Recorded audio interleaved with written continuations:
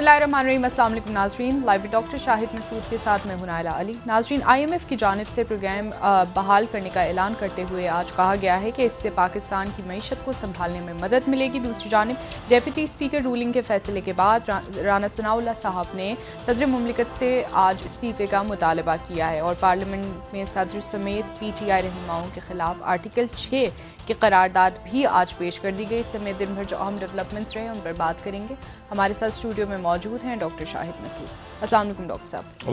आपको sir, election से 2-3 रोज पहले जो सुप्रीम कोर्ट में आज एक अहम फैसला आया और फिर वजीर आजम साहब की जानिब से पेट्रोलियम मसनूआत की कीमतों में कमी का आज कहा जा रहा है कि ऐलान किया जाएगा। इस हवाले से आप किस तरह देख रहे हैं कि इनका इंतखाबात पे जो कि कुछ दिन बाद हैं उस पर क्या असरात पड़ सकते हैं इन दो डेवलपमेंट्स का? देखें जी, ये कुदरत की तरफ से जो आफात आती हैं उनमें से एक आफत इस वक्त कराची के मुख्तलिफ इलाकों में दोबारा जो तेज़ तर बारिशों का सिलसिला शुरू होना था, जो शायद पहले जो स्पेल ख़त्म हुआ उससे भी ज़्यादा बारिशों वो भी शुरू हो गई हैं। और कराची का बड़ा इलाका जो है वो पहले ही पानी में डूबा हुआ था। अब ये जो बारिशें ये कहाँ लेके जाएंगी? ये जो क्लाइमेट चेंज है ना, ये कुदरत की तरफ से कहीं ग्लेशियर पिघल रहे हैं। आप जरा तसव्वुर करें सऊदी अरब में बर्फबारी, यानी कोई सोच सकता था सऊदी अरब में बर्फबारी? और यूरोप के अंदर जो है वो कई जगहों पे जंगलात में आग लगी हुई है। तो ये कभी कभी मौसम जो ये कराची में जो हो रहा है ना, ये कराची में हो रहा है तो उससे ये है कि जो जब इस तरह से होता है ना बारिश और तूफान और कभी कभी कुदरत की तरफ से, तो उसमें वो गटर उबलना शुरू हो जाते हैं। गटर उबल के यानी गलाजतें बाहर आ जाती हैं और वो सब सामने आ जाता है जो एक आपने मेकअप करके और ये बड़ा ज़बरदस्त और पैसा लगाया होता है, खाया होता है बहुत ज़्यादा, बहुत से लोग मुंतखब हुए, बड़े बड़े सिस्टम तो आपने बनाए होते हैं, कुदरत आके वो एक्सपोज हो गए, वो सब गायब हो जाते हैं ऐसे मौके। इस कराची में मुजाहरे हो रहे हैं आज सुबह से मुजाहरे हो रहे हैं कि ये क्या बनेगा शहर का। और ये ना सिर्फ ये कि कच्ची बस्तियां इसमें डूबी हैं बल्कि डिफेंस, DHA, वो बड़े बड़े जो जहाँ पे महलात बने थे उनके अंदर भी पानी घुसा हुआ है। तो बात ये है कि कुदरत का अपना निज़ाम है। तो ये जो मुझे ऐसा लगता है कि पाकिस्तान पे जो इस वक्त बारिश बरस रही है वो इस निज़ाम की बहुत सारे गटर उबल के वो गलासतों को भी सामने लेकर आ रही है। जो मैं हमेशा कहता था ना कि वो चेहरों से निकाब उतरेंगे और वो इस निज़ाम जो है ना अपने आप को गालियां देता हुआ जाएगा, कोसता हो जाएगा। ये जो नज़र आ रहा है इस वक्त। अब ये जो फैसला है, जैसे आपने कहा सुप्रीम कोर्ट का फैसला, तो इसके ऊपर इसमें आर्टिकल 6 की भी बात भी हुई है, आइन शिकनी की बात भी इसमें हुई है। लेकिन ये फैसले से क्या मतलब है कि क्या इसके सियासी तो हम बाद में बात कर लेते हैं, लेकिन इसके कानूनी तौर पे हम इसको कैसे इसकी हम वजाहत कर सकते हैं। जस्टिस रिटायर्ड शाहिद उस्मानी साहब हमारे साथ टेलीफोन लाइन पे हैं। जस्टिस साहब अस्सलाम वालेकुम। शाहीन साहब हमारे साथ टेलीफोन लाइन पे सर। जी शाहीन साहब हमारे साथ टेलीफोन लाइन पे जरा लाइन मैं एक मिनट जस्टिस शाहिद उस्मानी साहब से मैं बात करना चाह रहा था। ठीक है सर, उनसे भी लाइन उनसे नहीं, शाहिद उस्मानी साहब से मैंने कोशिश करेंगे। अच्छा सर, अभी उनसे बात कर लीजिए। जी, शाहिद उस्मानी साहब से कानूनी मशवरा दें, शाहिद साहब से बाद में बात करते हैं। जी ठीक है सर, अभी कंटिन्यू कीजिएगा प्लीज दोबारा। तो इसमें जो है इसमें अब मसला ये हुआ, वो मेरे ख्याल से लाइन हमने बाद में उनको लेना था शायद। अच्छा, इसमें अब इशू ये हुआ कि जो इसका जो कानूनी पहलू है जी, इसका कानूनी पहलू तो शाहिद उस्मानी साहब बताएंगे। अदारे जितनी कोशिश कर रहे हैं कि खुद को वो दूर रखें, और खुद को किसी से दूर रखें, वो खुद को दूर रखें सियासत से। यानी अदालत भी कोशिश कर रही है और जो है वो कोशिश कर रहे हैं, हमारी एस्टेब्लिशमेंट भी कोशिश कर रही है, अदालतें भी ज़ाहिर एस्टेब्लिशमेंट का हिस्सा है। वो जितना कोशिश कर रहे हैं अपने अलग रखने की, वो सकिन हो रहे हैं इसमें। और मुझे बज़ाहिर ये सारा जो मामला है, ये इधर अगर फतह होती है या उधर फतह होती है, ये अदम इस्तेकाम बढ़ेगा जी। मुस्लिम लीग नून को यकीन है कि वो सीटें जितने जा रहे हैं। शेख उस्मानी साहब लंदन में हैं, तो मैंने लंदन का नंबर फॉरवर्ड किया था अपनी प्रोडक्शन टीम को। जी, आप बात कर सकते हैं। तो वो जो है वो वहां पे कानूनी पहलू, जो कानूनी पहलू जानना जरूरी है। और इसमें मैं जो बात कह रहा हूं वो ये है कि इसका वो जितना ज्यादा कोशिश कर रहे हैं कि खुद को वो बाहर करें वो बाहर रखें अपने आप को इस पूरे पॉलिटिकल अमल से, उतना ही ज्यादा वो सकिन हो रहे हैं जी। और ये बड़ी बदकिस्मती की बात है। बिल्कुल। और इसका फायदा तो मुझे नहीं लगता किसी को भी होने जा रहा है। अब ऑपोजिशन जो है, ऑपोजिशन मुंह से निकलता है वो तो हुकूमत है इस वक्त, यानी वो इस वक्त सुप्रीम कोर्ट की तारीफें कर रहे हैं। वो कह रहे हैं सुप्रीम कोर्ट का फैसला तारीखी है और आर्टिकल 6 लगना चाहिए और ये सारा होना चाहिए। लेकिन मसला ये है कि इसी सुप्रीम कोर्ट ने तो नवाज शरीफ साहब को नायल करार दिया हुआ है। तो 1 साल या 6 महीने पहले के बयानात उधर के उठा के देखें तो लगता है इधर के लोग दे रहे हैं, इधर के लोग उधर दे रहे हैं। इसी सुप्रीम कोर्ट, यही सुप्रीम कोर्ट का अदल का बोलबाला हो गया, कानून नाफिज हो गया, सब कुछ हो गया, ठीक हो गया, बड़ा अच्छा है। लेकिन मसला यह कि आर्टिकल 6 लगाएगा कौन, कैसे लगेगा, उसका तरीकाकार क्या होगा। तो ये मेरा ख्याल है कि ये एक सिस्टम चूंकि गुफअप हुआ है। वो उन्होंने बात कुछ और की, उस वक्त शायद मरासला पूरा नहीं गया था या पूरा था। इमरान खान साहब ने आके जो बात कर, जो पे फवाद चौधरी साहब ने जो गुफ्तगू की आज, ये सियासी फैसलों से अदारों को दूर रहना चाहिए। ऐसे जिसमें कुछ सियासी जिसमें कलर आ रहा हो, ऐसे मरले पे जी। मेरा नहीं ख्याल कि कोई। अब देखें ना, जैसे इमरान खान साहब की क्या तकरीर थी, पैमरा ने उनके रिकॉर्ड तलब कर लिया, लेकिन वो तकारीर तो चल रही हैं और ख़त्म हो जाएंगे। कल वो जो इंतखाबी जलसे हैं उनसे ख़त्म हो जाएगी। तो इशू ये है कि जब ऐसी सूरत हाल पैदा हो जाती है मुल्क में, तो उसमें फिर अफसोस की बात यह है कि ये ज़्यादा देर तक ये चलेगा मामला, तो मामला खराबी की तरफ जाएगा, जो मैं बार बार बात कह रहा हूँ। यानी आज जो बात की है, इमरान खान साहब भी बात कर रहे हैं और शेख रशीद साहब कह रहे हैं सर कि काबीना इजाजत दे तो इमरान खान साहब को गिरफ्तार कर। नहीं, देखें, तो गिरफ्तार करने से मसला हल होगा। यही देखें, गिरफ्तार करने से इमरान खान साहब को क्या मुल्क का मसला खत्म होगा। और मेरी बात सुने, ये जो जितना ये IMF ने जो आपके हमारे साथ रखी है ना, जो पेश किया है उनकी तरफ से, जो स्टाफ लेवल आ गया है, स्टाफ लेवल का जो आया है उनके सामने, उसमें ये शर्त लिखी हुई है कि अगले इक़दामात के लिए पाकिस्तान हुकूमत तैयार रहे, मजीद शराइत जी तैयार रहे मजीद शराइत के लिए। ठीक।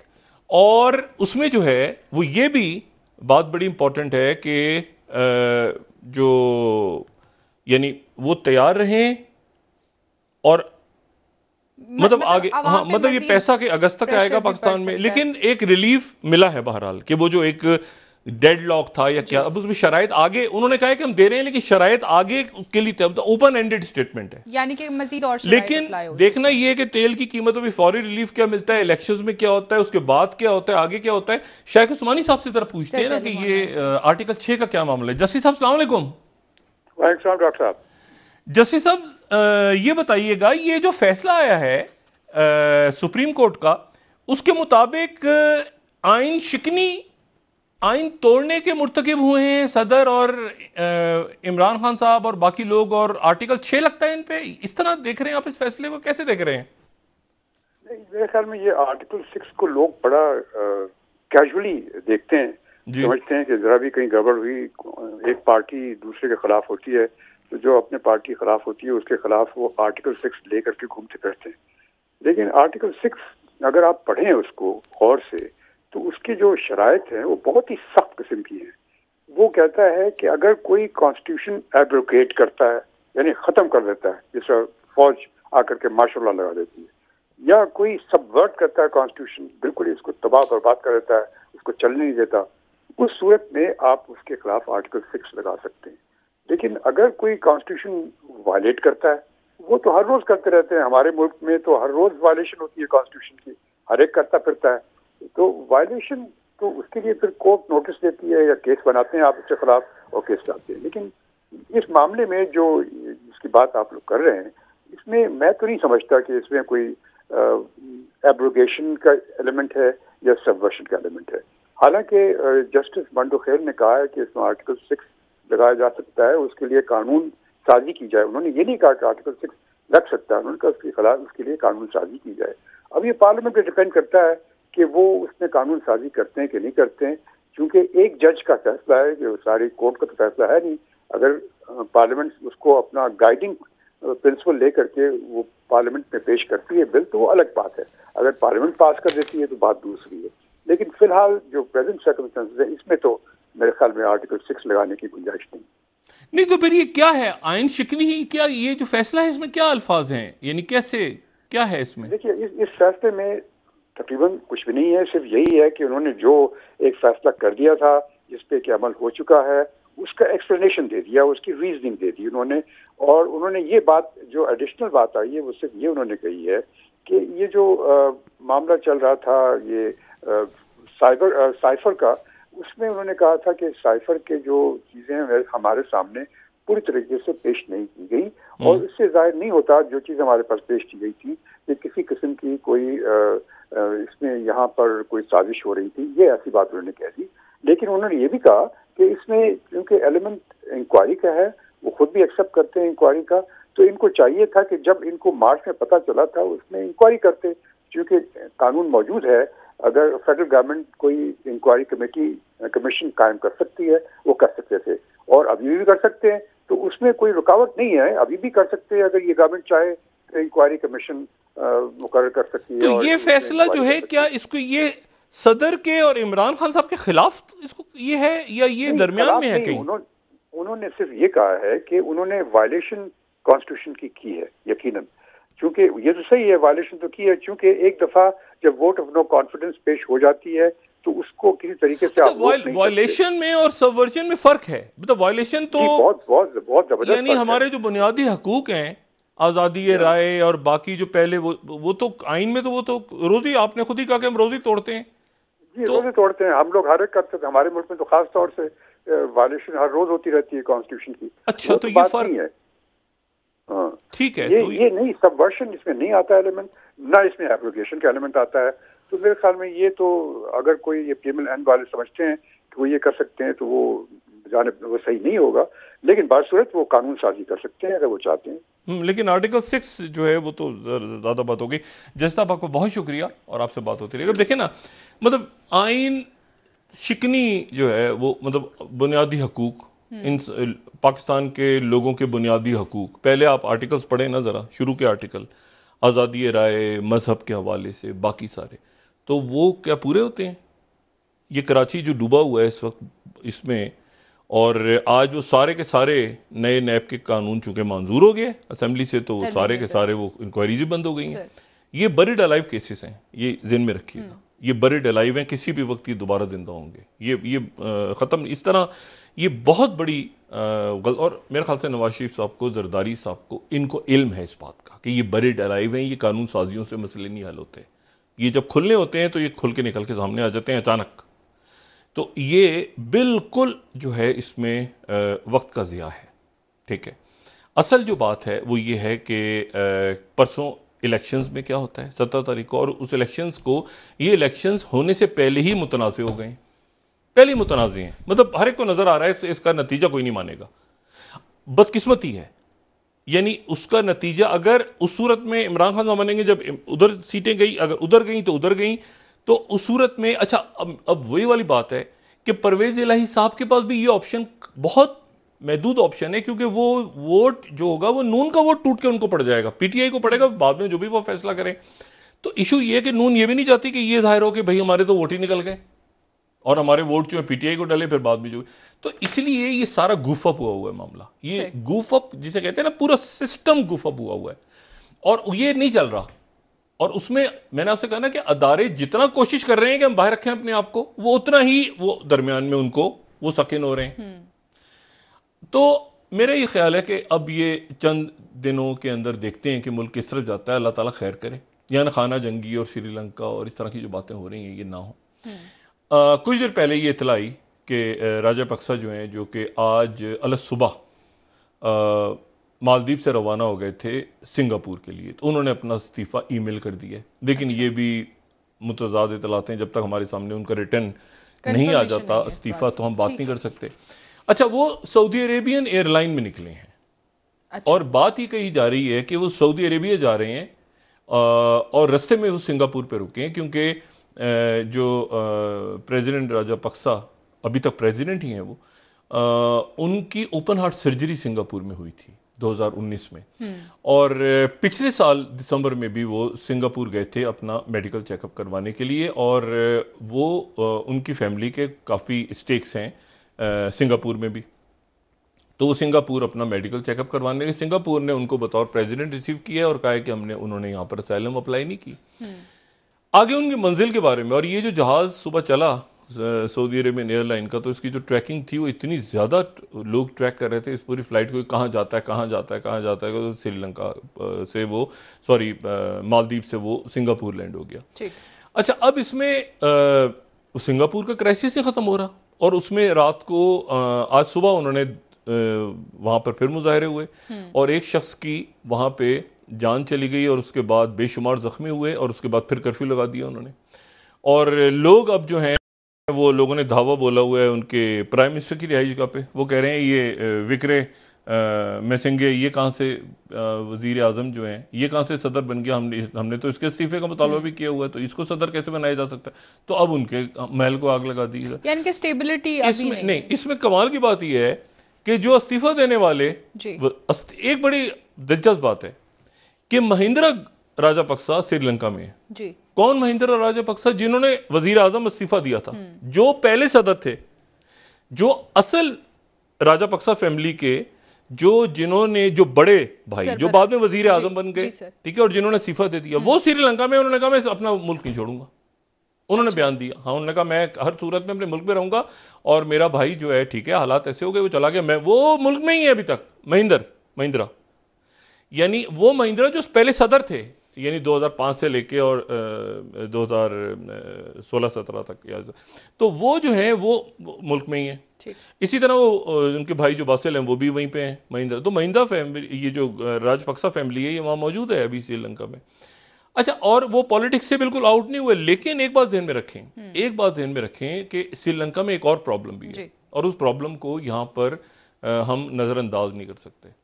हमारा ब्रादर मुल्क है और हमारे उनसे ताल्लुकात बहुत अच्छे हैं, और हमने कभी इस तरह की बात नहीं भी की, लेकिन वहाँ पर जो बुद्ध मत से ताल्लुक़ रखते लोग हैं, यानी जो अक्सरियत है वहाँ पे बुद्धिस्ट, और ज़ाहिर है कि सिंगालीज हैं, और हम बात कर चुके हैं पहले भी, तो उनका और हिंदू जो तामिल्स हैं उनका तो एक झगड़ा हमने डिस्कस किया।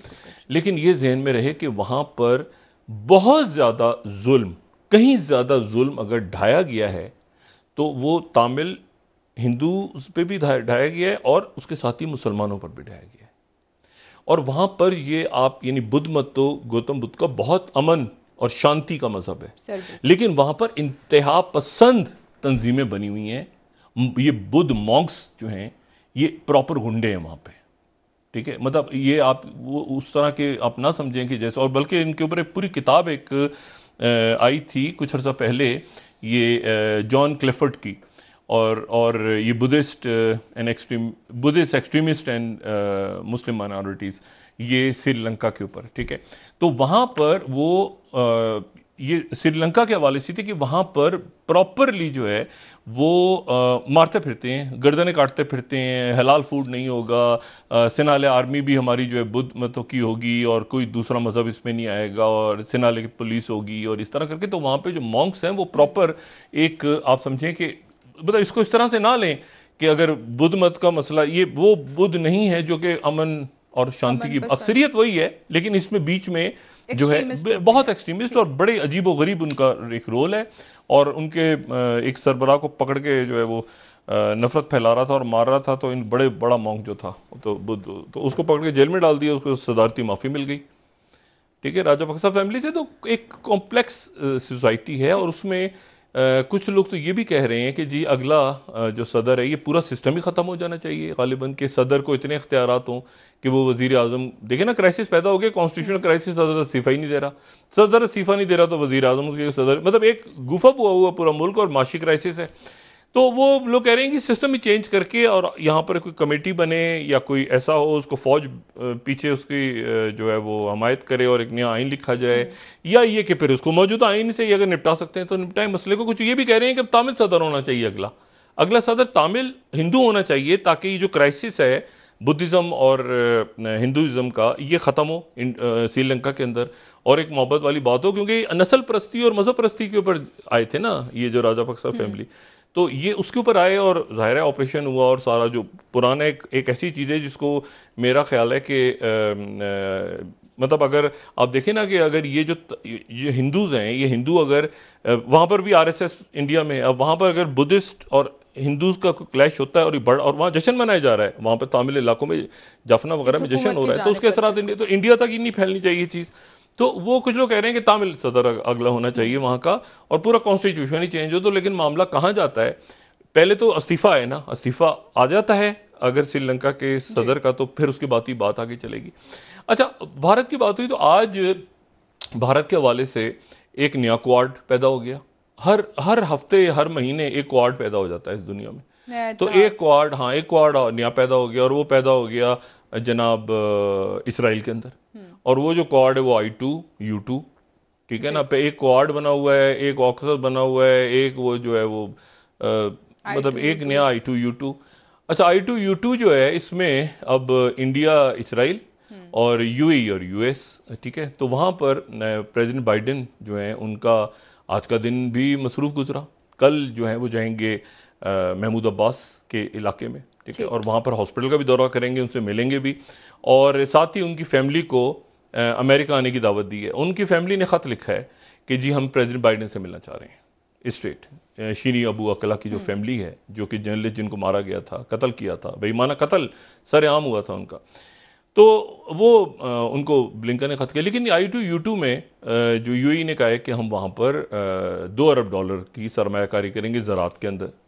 अच्छा, ये जो मामला है सारा का सारा, और जो जॉइंट डिक्लेरेशन है वो ईरान के बारे में है कि ईरान किसी सूरत, प्रेसिडेंट बाइडेन ने कहा है कि मैं किसी सूरत जो है वो ईरान को, मतलब मेरे पास आखिरी हल ये होगा कि मैं फौजी एक्सरसाइज करूं, ईरान के खिलाफ फौज इस्तेमाल करूं। लेकिन ये बात कहने की है सिर्फ, मतलब ईरान के ऊपर साइबर अटैक्स हो सकते हैं, इस तरह की किलिंग्स हो सकती हैं कि जैसे पिछले दिनों हुई कुछ अरसे में उनकी, लेकिन हमला करना प्रॉपर जो है वो एक पूरा मशरिक़ वुस्ता और बहुत बड़ा इलाका ऐसा जहां पर ईरान का बहुत असर और रसूख है, वो मेरा ख्याल से एक ईरान चाहे तो उसको पूरे शतरंज को लड़ सकता है। और ख़ास तौर पर उस वक्त जबकि 19 तारीख को प्यूटिन पहुंच रहे हैं, और बादल ना खौस्ता, ये मैं लफ्ज़ बादल ना खौस्ता इस्तेमाल कर रहा हूं, प्रेसिडेंट उर्दुगन भी आ रहे हैं। क्योंकि प्रेसिडेंट उर्दुगन जो हैं वो इसलिए आ रहे हैं कि ये जो अभी मैड्रिड में समिट हुई है, मैड्रिड में बड़ी कोशिश थी अमेरिका की भी, और बड़ी कोशिश थी ये यूरोप के ममालिक की भी, और बड़ी कोशिश थी ये टर्की की भी कि वो जो हैं वो अपने आप को रशिया से थोड़ा सा डिस्टेंस करके और अमेरिका के पास चले जाएं, और वो F-35 तैयारों के मामलात और बाकी मामलात उनके हल हों।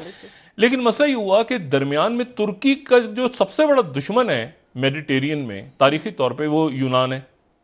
यूनान के साथ डील कर लिया अमेरिका ने कि हम जो है वो ये F-35 तैयारे आपको दे रहे हैं, ठीक है। हमने उस ये चंद रोज पहले की ये न्यूज दोबारा जी, जो 7वीं न्यूज है ना, ये 7th कि Greece formally request to buy F-35 तैयारे फ्रॉम US, तो वो उन्होंने अब ग्रीस अगर F-35 तैयारे ले रहा है, यूनान ले रहा है, तो इसका मतलब है कि तुर्की को उन्होंने नहीं दे। तुर्की और यूनान ऐसे ना आमने सामने, और यूनान की बड़ी स्ट्रांग लॉबी है अमेरिका में भी, यूरोप में भी, फिर कब्रस उनके साथ है, ठीक है ना। और फिर उसके बाद जो है तो वो ये गड़बड़ हो गई कि उन्होंने F-35 तैयारे यूनान को देने का ऐलान कर दिया अमेरिका ने।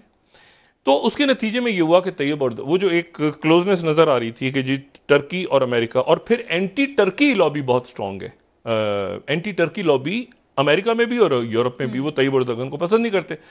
तो तैयब अर्दोगन ने फिर वो साइड पे गए, वो जहाज वगैरह जो रोका हुआ था उन्होंने छोड़ा रशिया का, रशिया के साथ उन्होंने और यूक्रेन के साथ अपनी बातचीत दोबारा स्टार्ट की। तैयब अर्दोगन, वो तो ना ऑप्शंस उनके पास बड़े ऑप्शंस हैं, टर्की के पास इंटेलिजेंट लीडरशिप है, और उन्होंने वो यहाँ पे बादल ख्वास्ता, क्योंकि ये प्लान उनका दूसरा था, तो उन्होंने कहा कि ठीक है आस्ताना फोरम, और अब वो ईरान आ रहे हैं, और ईरान आ रहे हैं, और साथ ही ईरान को चार्जशीट की है जैक सुलेमान ने कि ईरान असला दे रहा है रशिया को, और वो यूक्रेन के अगेंस्ट। लेकिन ये अब चार्जशीट मैटर नहीं करती आज की दुनिया में, आज की दुनिया ये मैटर नहीं करता कि किसने क्या बयान दे दिया।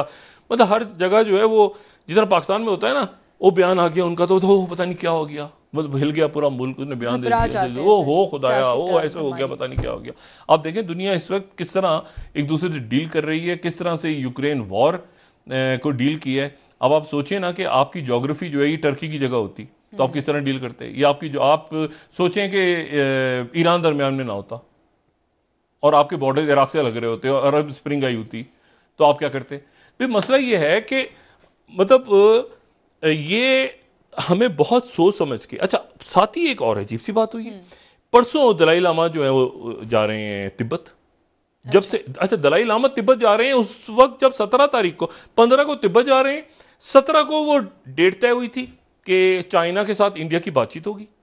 और ये इंतहाई हसास मामला है कि दलाई लामा का वो धर्मशाला से नहीं निकले जब से कोविड आया है, दलाई लामा नहीं निकले पिछले 2-2.5 सालों में।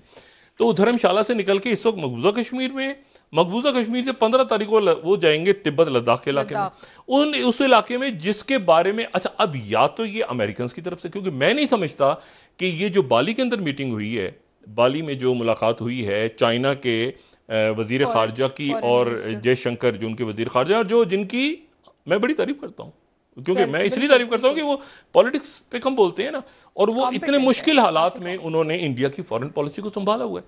तो अब लेकिन वहां जो मीटिंग हुई जो बाली में हुई G20 वाली, जिसमें रशिया और सेक्रेटरी ब्लिंकन और चले गए थे लेवरोव उठ के, लेकिन बात यह है कि वो उस मीटिंग में ये तय हुआ कि चलें बात आगे बढ़ती, लेकिन उस मीटिंग में ये तय हुआ और ये भी कल बात तय हुई कि अगला यानी 16वां जो मीटिंग है इनकी कोर कमांडर लेवल की या सारी इंडिया और चाइना की, जिसमें डेस्पैंग जो डायलॉग डेस्पांग भी डिस्कस होगा और वो बाकी मामला भी डिस्कस होंगे, डेमसॉक भी होगा और उस पर बात होगी। वो 17 को मीटिंग होनी है, 17 को मीटिंग होनी है और उससे 2 दिन पहले दलाई लामा जो है वो तिब्बत जा रहे हैं। अब ये इंडिया का फैसला है या ये अमेरिका ने इंडिया से कहा है या अमेरिका ने डायरेक्टली कहा है दलाई लामा, कोई वजह है ये मुझे नहीं समझ आए बिल्कुल इस वक्त। मुझे ये मैं इसको सिर्फ देखते हैं ना भी क्या, क्योंकि ये इतना सेंसिटिव इशू है कि इस मरहले पे जब वो ब्रिक्स के अंदर, ब्रिक्स का एक इजलास हुआ, अच्छा वो इंडिया और चाइना के आपस में, यानी दलाई लामा एक ऐसी चीज है जिसपे नो कॉम्प्रोमाइज है, तिब्बत के ऊपर नो कॉम्प्रोमाइज है और दलाई लामा पे नो कॉम्प्रोमाइज है चाइना की तरफ से। इस मरहले पे जो है वो दलाई लामा का ये कहना कि मैं जा रहा हूं तिब्बत में और तिब्बत का दौरा करेंगे और लद्दाख का दौरा जहां पर, तो ये जो है ये मेरा ख्याल है इसके ऊपर चाइना का रिस्पांस हम इंतजार करते हैं। अभी थोड़ी देर पहले खबर आई कि दलाई लामा दौरा करें लद्दाख का, तो मुझे इसका समझ नहीं आया कि इंडिया का ये फैसला है या ये क्योंकि दलाई लामा जो है बुनियादी तौर पे तो अमेरिका का प्रोजेक्ट था ना, CIA का प्रोजेक्ट था, जब उनको निकाला गया था इतने से रखा वहां पे और सारा कुछ किया, तो दलाई लामा पे नोबेल इनाम, फिर पूरी दुनिया में आप देखें ना हर जगह दलाई लामा ने ऐसे कहा, दलाई लामा ने ऐसे कहा, दलाई लामा जैसे होता है ना वो बना देते हैं खास वक्त में, खास 9/11 के बाद जो है 9/11 के बाद ही जो मॉडरेट इस्लाम लाओ, तो जलालुद्दीन रूमी रहमतुल्लाह अलैह से मुंसलिक सैकड़ों, जहां देखो तो रूमी, जहां देखो तो रूमी, जहां देखो तो इतने कॉल उनके किताबें लिखी गई। वो मैंने कहा ना वो हर वक्त में जो अफगान जहाद हो रहा था तो उस वक्त का आप लिटरेचर पढ़े तो कुछ और है, वो ऐसे है कि मारोगे तो बस मतलब ये सर कुफार से मुकाबला हो रहा है, उस वक्त वो लिटरेचर छप के आता था अमेरिका से, तो वो वक्त की बात होती है। और ऐसा भी हुआ कि कभी कभी वहां से छप के मतलब ये करते हैं मुल्क जो है ना, मुख्तलिफ चीजें मुख्तलिफ मुल्कों की पॉलिसीज होती हैं, लेकिन ये बात बड़ी अजब सी है कि कल वो अच्छा ईरान के खिलाफ ही डिक्लेरेशन आया, लेकिन ईरान से अमेरिका किसी सूरत, president Biden, America as a state, America as a रियासत ईरान से कभी नहीं लड़ेगा, कभी नहीं लड़ेगा। और यह बात मैं पहले भी कह चुका हूं कि ईरान के साथ उनका, देखें ये MBS ने बाइडेन को खींच के बुला लिया ना अमेरिका को, यानी अमेरिका तो पहले जमाल खशोगी और ये सारे उस पर लगे हुए, लेकिन उसके बाद जैसे उन्होंने वोट डाला उधर और उन्होंने कहा तो ऑयल पे CPEC प्लस के साथ रशिया के साथ, तो एक तरह से खींच लिया ना बाइडेन को, तो बाइडेन आ रहे हैं सऊदी अरेबिया, ठीक है, और वो कल जुमा है तो कल पहुंचेंगे और रात का खाना वो शाह सुलेमान के साथ और जो है वो वलीयत के साथ वो खाएंगे और फिर सुबह जो है परसों वो खलीजी ताउन कौंसिल और 3 दूसरे मुल्कों के साथ उनकी जो है वो वहाँ पे मीटिंग है। मैं सिर्फ ये कह रहा हूँ कि ईरान के साथ वो कहाँ तक जो है वो जाना है अमेरिका ने, ये बहुत इंपॉर्टेंट है, क्योंकि उसकी वजह यह है कि ईरान को वो समझते हैं अमेरिका कि वो ये हमारा ट्रेडिशनल इत्तेहादी तो रहा है ना ईरान, वो रिजीम चेंज ईरान में नहीं हो सकी। ठीक है, ये बड़ी कोशिशें हुई। अच्छा, उसके बाद जो है वो अरब, सऊदी अरब भी उनका यहां पे दोस्त रहा है, लेकिन आहिस्ता आहिस्ता सऊदी अरेबिया पे उनकी डिपेंडेंसी खत्म होने जा रही है। अब वो सऊदी अरब अगर जा रहे हैं कि तेल पैदावार बढ़ाएं, तो अमेरिका को तेल नहीं चाहिए, यूरोप को चाहिए, उनके इत्तेहादियों को चाहिए। और ये जो आयरन बीम जिसका आज उन्होंने मुजाहरा देखा और कल भी देखा प्रेसिडेंट बाइडेन ने, आयरन डोम की एक अगली किस्म है। अच्छा। वो आयरन डोम जो इजराइल ने टेक्नोलॉजी बनाई, तो उससे एक अगली किस्म है जो लेजर बेस्ड और ये सारे, हाँ, लेकिन आप ये देखें कि वो सारी टेक्नोलॉजी के बावजूद जो है वो ईरान के जो मिसाइल हैं वो जाके अबू धाबी पे कभी गिरते हैं, कभी रियाद पे गिरते हैं। देखिए इसका मतलब यह है कि ईरान के पास वो टेक्नोलॉजी, साइबर अटैक ईरान भी करता है, वो भी ईरान के पास वो तमाम तो टेक्नोलॉजीज हैं कि जो टेक्नोलॉजीज अरब मुल्कों में और मशरिक वस्ता में और उधर से हिजबुल्लाह और बाकी, वो उनके लिए प्रॉब्लम है बहुत बड़ा। ये ध्यान में रखें बात कि टर्की ने ऐलान किया था कि हम सीरिया में एक मिलिट्री ऑपरेशन शुरू करेंगे जो हमारे खिलाफ लोग हैं और उनके, लेकिन मसला ये कि वो जिनके खिलाफ शुरू करने जा रहे हैं उनको ईरान भी सपोर्ट करता है, रशिया भी करता है और सीरिया भी करता है और वाशिंगटन भी करता है। तो टर्की रुक गया है उस ऑपरेशन से। यानी ये इतनी कॉम्प्लेक्स सिचुएशन है कि टर्की को, अब जाहिर है टर्की ने, अगर ईरान आ रहे हैं टर्की के प्रेसिडेंट और रशिया के प्रेसिडेंट से भी बायलैटरल मीटिंग्स भी हो रही हैं, तो इसका मतलब है सीरिया में अभी टर्की ऑपरेशन नहीं करेगा फौरी तौर पर, वो रोक दिया उन्होंने। यहां पर अब ये इशू खड़ा हो रहा है कि अब ये जो ब्लॉक्स बन रहे हैं और बड़े फैसले हो रहे हैं, वो कहते हैं ना missing in action. Missing in action इतना ज्यादा हो गया है पाकिस्तान का कि अचानक होता है ना कि लोग, मुझे लगता है कई दफे कि ब्लॉक्स में लोग ये ना पूछने लग जाएं, जो बाकी मुल्क हैं, हाँ ये पाकिस्तान कहां गया, वहां क्या हो रहा है, तो बड़े दिनों से हमने बात ही नहीं, मतलब क्योंकि आप वो जो लार्जर पिक्चर टोटल आउट है ना, मतलब मीटिंग्स हो रही हैं, पॉलिसीज बन रही हैं लॉन्ग, उसका पॉलिटिक्स से, सियासत से कोई, तो वो रियासती लेवल पे पॉलिटिक्स है। अगर ये I2U2 बना है तो ये, इसका ताल्लुक नरेंद्र मोदी से या कांग्रेस से नहीं, ये भारत की स्ट्रेटेजी है। तो बाज ऐसी चीजें हैं जो रियासतों की स्ट्रेटेजीज होती हैं कि हमने आगे कैसे मूव, कैसे ब्लॉक्स में जाना है, क्वाड में जाना है, किधर जाना है। लेकिन मसला ये है कि हमारे यहां पूरा जो मुल्क फंसा हुआ है वो इस वक्त इस बात में फंस गया है कि आप देखें कैसे छोटे से, इधर इस तहसील में कौन जीतेगा, इस बलदियाती, ओ भाई ये जीत जाए या वो जीत जाए, या जब सारे इधर से वो जीत जाए, वो उस पार्टी में आ जाए, वो पार्टी, यहां से जब तक हम नहीं निकलेंगे बतौर एक मुल्क, एक पाकिस्तान के, तो फिर हम किसे सुनाते रहेंगे, श्रीलंका में ऐसा हो गया, वो देखें फलाने मुल्क में ऐसे हो रहा है, थोड़े दिन बाद हम, अच्छा उसमें ऐसे हो गया, उसमें वहां पे ये हो रहा है, दूसरे मुल्क किससे सुना रहे हैं, अपना भाई वो रोशनियों का शहर जो है वो अंधेरों में डूबा हुआ है। ठीक है सर, वापस आके बात करते हैं मुल्क की सियासत पर भी, एक बार फिर आपसे बात करेंगे। नाज़रीन एक ब्रेक ले, धीमे धीमे चल रही थी ना पीपल्स पार्टी नजरों में ना आए, वो सिंध में जो कुछ हुआ है तो वो फिर पीपल्स पार्टी फौरन से स्पॉटलाइट पे। नाज़रीन एक ब्रेक, हमारे साथ रहिए।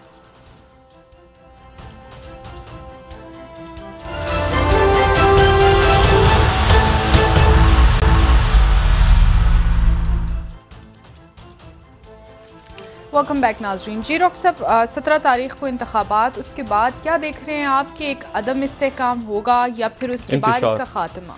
इंतशार होगा। मैं, मेरे मुंह में खाक, लेकिन मुझे ये पूरा जो एक आने वाले दिन है ना, इसमें मैं बहुत अरसे से कह रहा हूँ कि मुझे कोई बेहतरी की तरफ ये मामला जाते नजर नहीं आ रहे। उसकी वजह, अभी कुछ देर पहले इलेक्शन कमीशन ऑफ पाकिस्तान ने भी कहा है कि हम मुकम्मल तौर पर यकीनी बनाएंगे कि इंतखाबी अमल जो है वो बड़े तरीके से चले आगे और कोई लॉ एंड ऑर्डर का इशू ना हो।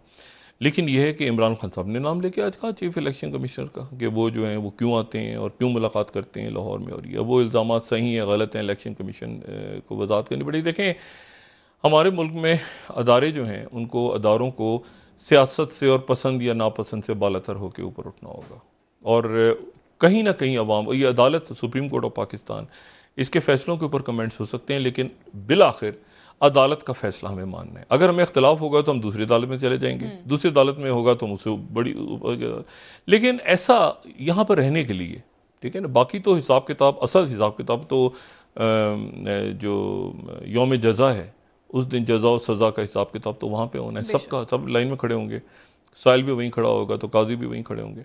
लेकिन बात यह है कि ये दुनिया में रहने का एक रंग ढंग ये है कि एक कानून आपको मानना पड़ता है और अदारों का एहतराम जो है वो, क्योंकि अल्टीमेटली इलेक्शंस के नताइज जो भी हों और उसको कोई भी मानने से इनकार करता है तो ज़्यादा से ज़्यादा ये हो सकता है कि इलेक्शन कमीशन ऑफ पाकिस्तान को, इलेक्शन कमीशन को नहीं तो सुप्रीम कोर्ट ऑफ पाकिस्तान, अदारों का एहतराम। आप देखें ये जो इस्लामाबाद हाई कोर्ट ने कल फैसला दिया है जिसमें उन्होंने फ़ौज के ये कि जी आपके नहीं होने चाहिए कमर्शियल इशू, कमर्शियल के अंदर आप ना जाएं, ये बड़ा अहम फैसला है और बड़ा इसके दूर से, और मेरे नहीं कल के चैलेंज भी करेगा इसको, मतलब फौज क्यों जाके चैलेंज करेगी इस फैसले को सुप्रीम कोर्ट में।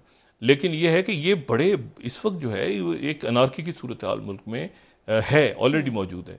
मतलब हु इज़ हु ये किसी को इल्म नहीं है, ठीक है। इमरान खान साहब ड्राइविंग सीट पे बैठे हैं और वो पूरे के पूरे सिस्टम को इस्टेब्लिशमेंट से उन्होंने पीछे लगाए हुए अपने, मतलब वो कहीं ऑफेंसिव हैं और कहीं मुझे अभी तक तो डिफेंसिव नजर नहीं आए वो, लेकिन ऑफेंसिव पर ही हैं, जारहाना मूडी है उनका, और बाकी सारे वो जो है वो कुछ डिफेंसिव, और तो इससे हमें निकलना होगा। ये तो इस तरह तो चल नहीं सकता ना, मतलब वो हुकूमत में नहीं है, वो पॉलिसी जो चला रहे हैं वो ये दिफाई पोजीशन में सारे लगे हुए हैं। अब जैसे सुप्रीम कोर्ट का फैसला है तो सुप्रीम देखिए ना, बुनियादी बात के सुप्रीम कोर्ट ने आर्टिकल 6 उन्होंने कहा आर्टिकल 6 लगा दो फौरन, आर्टिकल 6 नहीं लगता, यानी आइन की तो एक होती है कि खिलाफ वर्जी, एक होता है आइन को तोड़ना, इसमें बड़ा फर्क है। तो एक जज साहब ने कह दिया, वो मेरे ख्याल से उनकी मुद्दत में जो थी वो भी कंप्लीट हो गई आज, इंतहाई काबिल एहतराम। लेकिन उन्होंने कहा कि जैसे होता है कि डेसेंडिंग नोट या इजाफी नोट डाल दिया, डेसेंडिंग तो इजाफी नोट डाला, 12 जो भी, मैं ये सारा कह रहा हूं कि वो उस पर अब हमें आगे निकलना चाहिए, इलेक्शंस की तरफ जाना चाहिए। जैसे भी हुकूमत गई इमरान खान साहब को भी, और जो वो इलेक्शंस की तरफ जाएं, इसको जितना तूल देंगे ये मामला उतना खराबी की तरफ जाएगा। और अगर ये मामला खराबी की तरफ जाता है पंजाब में या बाकी किसी जगहों में तो किसी का फायदा नहीं होगा। भाई लोग पहले ही परेशान कर, आपने सिंध देखा कराची का क्या हाल है, मुजाहरे हो रहे हैं वहां पे, मतलब लोगों को समझ ही नहीं आ रही कि वो कराची के अंदर ये पुल बने हैं, ये अंडरपास बने हैं, ये क्या हुआ है, वहां पानी कहां चला गया है सारा।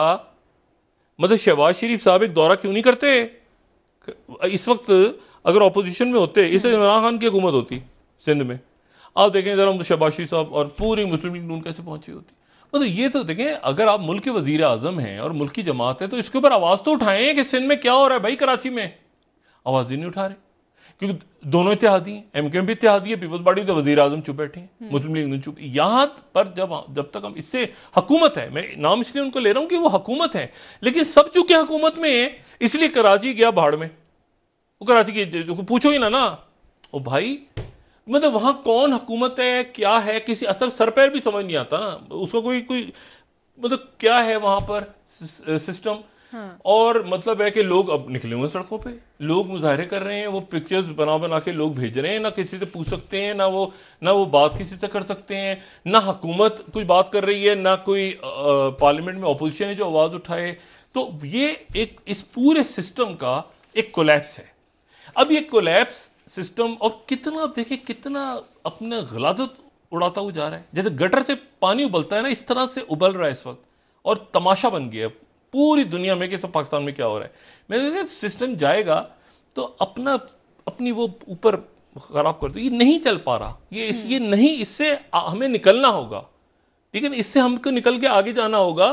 कि मतलब है कि भाई लॉन्ग टर्म पॉलिसी, ऐसे इकबाल साहब, ऐसे इकबाल साहब 10 साल की पॉलिसी होनी चाहिए, 20 साल की हुकूमत हो, भाई खुदा का वास्ता आप ये बताएं पहले 20 सालों में क्या हुआ है, 30 सालों में, 40 सालों में, लोगों का जहन तो क्लियर हो, उनको पता चले कि ये कराची कैसे डूबा हुआ है पानी के अंदर। यानी मुझे बताएं ना कि वो यानी मैंने आपसे कहा ना कि इसके ऊपर कुछ भी नहीं मीडिया कर सकता सवाए इसके कि तस्वीरें दिखाता रहे कि लोग पानी में डूबे हुए हैं, मोटरसाइकिलें डूबी हुई हैं, शहर के शहर डूब गए पानी में, कोई पूछने वाला नहीं है, मतलब ना कोई जवाब देने वाला है, ना पता है कि किससे पूछा जाए, ना वहां पे कोई सूबाई असेंबली का कोई हंगामी इजलास है, ना कोई बल्दिया का पता है किसी को क्या है। तो बात ही है कि ये, अब मुझे बताइए आइन कहां गया? आइन आपको पता है कितने हकूक देता है शहरियों को? आप आइन के जरा आर्टिकल्स पढ़ें, शहरियों के बुनियादी हकूक क्या हैं, ये देखें शहरियों के बुनियादी हकूक, ये है आइन शिकनी, ये है आइन का तोड़ना। जब आप लोगों को उनके बुनियादी हकूक से महरूम रखते हैं तो ये आइन शिकनी होती है मेरे नजदीक।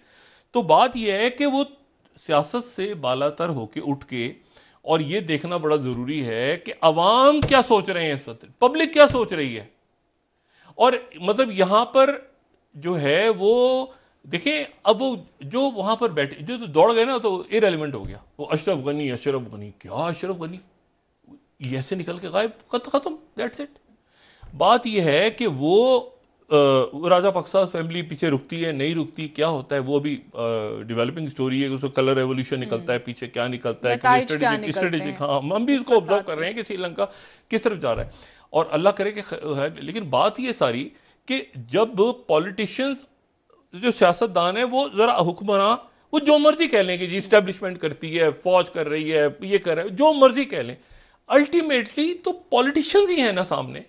ये कैसे पॉसिबल है कि एक साल पहले का जो फैसला है वो तो गलत हो और आज का फैसला ठीक हो, या आज का फैसला ठीक हो और एक साल पहले का गलत हो, वही सुप्रीम कोर्ट है, वही जज साहिबान है, वो फैसला जो है वो ये नहीं देखे ना। और ये जो बात है सारी, इसको अगर हम इलेक्शंस की तरफ जाएं पुरअमन अंदाज में, या हम जोड़ तोड़ में लगे रहें, या ये कि नताइज कबूल नहीं हुए, फिर उसके ऊपर जो है बयानबाजी हो, फिर उस पर लड़ाई झगड़ा हो, फिर उसके ऊपर एक मजीद तलखी बढ़े, और जिस तरह की गुफ्तगू इस वक्त हो रही है, मतलब ये कोई मुनासिब बात है? मुनासिब तो नहीं है ये। इसको खत्म होना चाहिए, इंतशार को खत्म होना चाहिए। मतलब आप देखें, आपके यहां से स्टार्टअप्स हैं, आपके यहां फ्लाइट्स हैं, आपके यूरोप के अंदर मतलब वहां पर अपना इन्फ्लेशन मसला पैदा हुआ है, दुनिया एक दूसरे से डायलॉग कर रही है, बातचीत कर रही है, इतनी अनसर्टिनिटी पे पता ही नहीं है कि ये हुकूमत कितने से रहेगी, 2 वोट इधर उधर, इस्टेब्लिशमेंट अच्छा ये किया वो कर दिया फलां। तो इससे हमें निकल के, ये मुझे पता है सारे के सारे वो मुकदमा थे, पोलिटिकल इंजीनियरिंग की नैब ने, तो क्या बना? मतलब है कि अब ये एक अजीब सा मामला है कि वो नैब के चेयरमैन साहब जो हैं जी, यानी वो चेयरमैन नैब जो हैं, लेकिन वो चेयरमैन नैब को कुछ नहीं होगा, कुछ भी नहीं होगा। करके दिखाए ना शहबाज शरीफ, कुछ भी नहीं होगा। बहुत शुक्रिया डॉक्टर साहब। हाँ, बहुत शुक्रिया। नाज़रीन, प्रोग्राम का वक्त खत्म हुआ। कल इंशाल्लाह अमेरिकन पसंद करते हैं उनको बहुत, इंशाल्लाह कल दोबारा आपसे मुलाकात होगी। मुझे नाइला अली को इजाजत दीजिए। अल्लाह हाफ़िज़। एबटाबाद कमीशन मिलते हैं। अपने दोस्तों रिश्तेदारों के नवा के लोगों का सब ख्याल रखिएगा। अल्लाह हाफ़िज़।